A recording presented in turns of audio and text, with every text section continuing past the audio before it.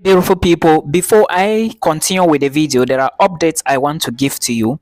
The very first update is that my workload is becoming very heavy, so please always be patient with me. I will always reply. That's update number one. The second update is, if you are using a visitor's visa to Canada, please watch the videos I did about the conditions attached to a visitor visa for you to convert that visa from a visitor visa to a working permit or a student permit. The videos are on this channel, so please make sure you verify them. Now, this video today you are going to be watching is a video about some colleges in Canada where you can actually apply to them, then the money you need to pay to those colleges to get your final acceptance letters before you can apply for your visa. There are colleges you can pay 200, 250, 500, 1000, 25, 7000, 8000 depending on the college. So you are going to get a full list of them. Then the last update is that NBCC is not open for Nigerians and Ghanaians again. Please, you cannot apply. All right, click there. They are going to ask for your nationality, and if you try to search, you are not going to find Nigeria. I hope you understand. So only Cameroonians and other nationalities can apply. September 2024 is open, which means the lectures is going to begin September. So now apply for it if you are even chasing January, okay, if Canada is your destination. But don't remember, the easiest pathways are study pathways and PR pathway to migrate to this country. So enjoy the rest of the video. But before I go, please, have you subscribe to the channel and like this video for us while we proceed. So if you intend to apply for the tourism visa to Switzerland, there are a list of documents, but first we are going to talk about the visa application. This is all about the video. I'm talking about the C visa category to Switzerland, which is the tourist visa, and this visa is also a visa for less than 90 days. That is to say 0 to 90 days, not above 90 days, because it is a short-term visa and it is like a tourist or a visit visa. Okay, so we are going to talk about the application, but first, if you have a problem with the study abroad, or if you need a one-on-one consultation with me, please book from the details down there. Thank you so much, and also watch the videos up here on this YouTube channel so that they can help you a lot. The very first thing you need to start with is a fully completed form. You have to download the visa application form from the Swiss embassy's website. And when you print the form out, you have to write the date and equally sign at the end when you fill it. All right, completely you have to sign. Then for minors, there is an information written there, and I will read it from here. Visa application form signed by parents and mentioning father's, mother's first name and surname to the next. So if you are a minor, that is if you are not up to 18 years, your father should sign and write his first name and of course your mother's surname. The details are found on the embassy's website. Then with signatures, and parents must be present at the counter the day of the submission for the visa application for the minor. So if your father signed your document as a minor, he must follow you to the embassy on the day you are going for submission. Okay, it is very important. Then a recent passport size photograph on a white background only would not be returned. So you have to go with one passport size photograph, which would not be given back to you. So this is the information you need. So please put this into consideration. It is very, very important. Then I'm going to be talking about the travel documents you need in subsequent areas. First, I will start with the national passport or your international passport. And remember, if you want to apply for the tourism visa, remember I'm talking about documents to apply for tourism visa, and this is the short stay visa to Switzerland. You cannot stay for more than 90 days. That's 0 to 90 days, approximately 3 months. You need your passport, and it must be valid for 3 months after the duration of the visa. Expiring date of the visa, your passport should still be valid for 3 months. And again, it must have 2 empty pages inside. That is document number 1. Then the next set of documents is photocopies of personal information pages of the passport and foreign visas.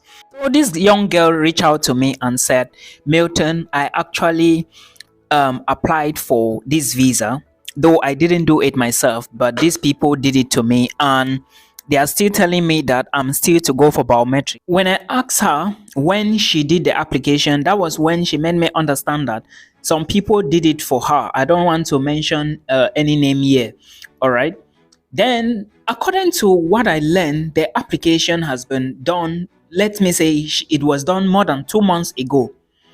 Now, my question is, you want to migrate to Canada and your application was done more than 2 months ago.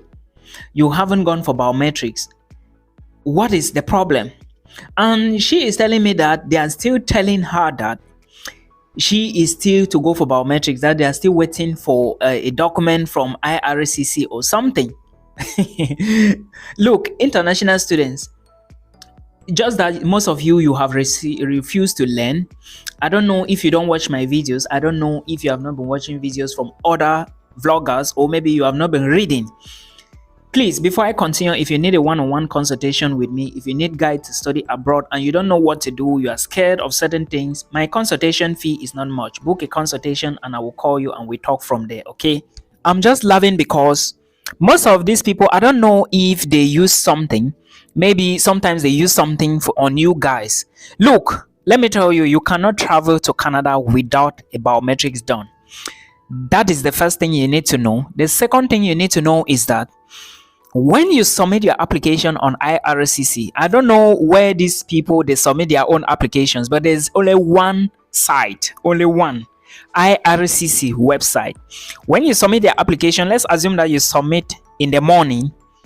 Let's assume that maybe by evening you don't get a response. The highest that they would do maximum is 2 days, 3 days, 4 days, 5 days, maximum 1 week. You are going to receive a link to book your appointment for biometrics. If you do not book the appointment and go to VFS Global in Yaoundé at the Canadian office, there is a VFS center there in Yaoundé in Bastos, and do it, I'm sorry. I don't want to mention it. I'm sorry. I'm so sorry. All right. So why am I making this video? I want to tell you that for you to move to Canada, you need to submit your application on IRCC. The visa fees are there. Everything you pay online. Then they are going to send you a link after 2, 3, or 4 or maximum 5 days to book an appointment. You book the appointment, then the appointment office will schedule the time when you are going to come and do your biometrics. You go there and give your biometrics. When you come back, you relax. That is all, and you wait for your visa. Thank you so much. So today I want to talk about the easiest ways you can use to immigrate to Lithuania now. And before I continue with these ways, there are 2 ways I'm going to talk about here. You are going to watch more detailed videos about this Lithuanian migration. As an international student who is looking for possibilities to migrate, these are the 2 ways you need. But first, before I talk about the ways, my name is Milton. If you are new to the channel, subscribe and like this video. Thank you so much for understanding.